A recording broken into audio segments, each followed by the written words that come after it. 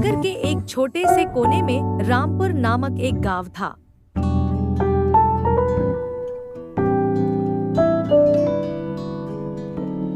इस गांव में सभी लोग मिलजुल कर रहते थे।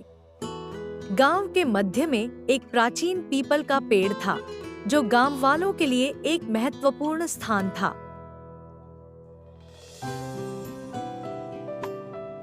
यहाँ हर सुबह लोग इकट्ठा होकर अपनी समस्याओं का समाधान करते थे।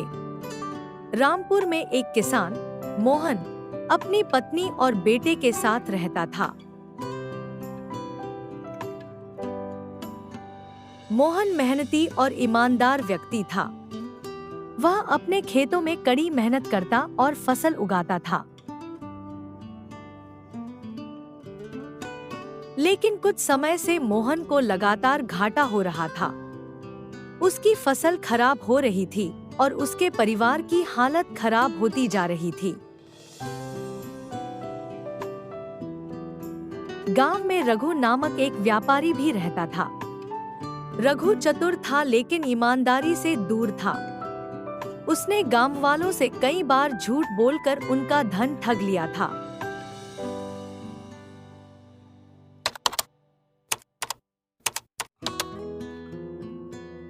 एक दिन रघु ने मोहन को देखा और उसकी स्थिति का फायदा उठाने का विचार किया।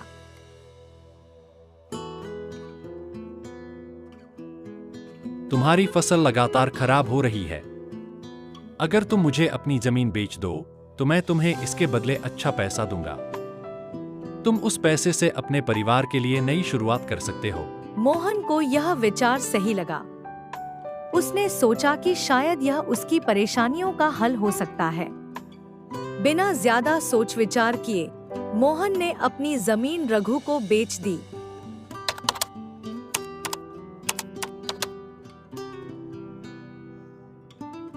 कुछ दिनों बाद गांव के कुछ बुजुर्गों को रघु की चालाकी का पता चला। उन्होंने सुना कि रघु ने जमीन खरीदी ताकि वह वहां एक बड़ा बाजार खोल सके और इससे मोटा मुनाफा कमा सके।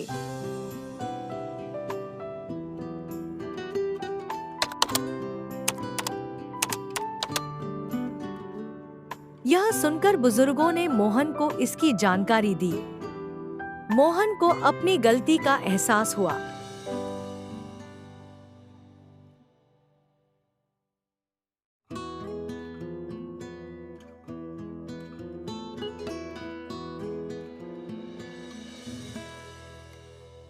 उसने तुरंत रघु से बात करने की कोशिश की, लेकिन रघु ने कहा, अब वह जमीन मेरी है और मैं इसे अपनी मर्जी से इस्तेमाल करूंगा।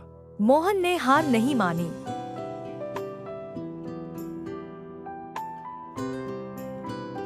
वह गांव के मुखिया धनराज के पास गया। धनराज ईमानदार और न्यायप्रिय व्यक्ति थे।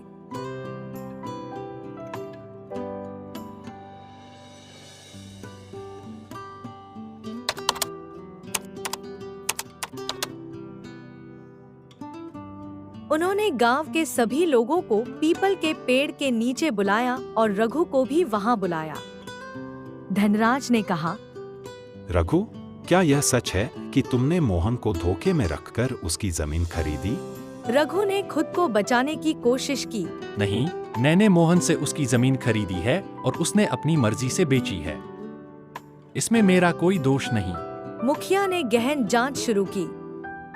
उन्होंने गांव वालों से गवाही मांगी और पाया कि रघु ने जानबूझकर मोहन की कठिनाई का फायदा उठाया।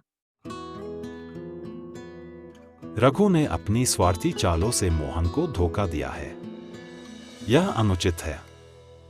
मैं फैसला करता हूं कि जमीन मोहन को वापस दी जाए और रघु को मोहन को हर्जाना भी देना होगा। गांव वालों ने मुखिया के इस फैसले का समर्थन किया। रघु को अपनी गलती का एहसास हुआ और उसने माफी मांगी। अपनी जमीन वापस पाकर मोहन ने एक नई शुरुआत की। इस बार उसने अपनी जमीन पर मेहनत से फसल उगाई और गांव वालों की मदद से अपनी स्थिति को बेहतर बनाया। गांव के लोग भी इस घटना से सीख गए कि सच्चाई और ईमानदारी का महत्व सबसे ऊपर है।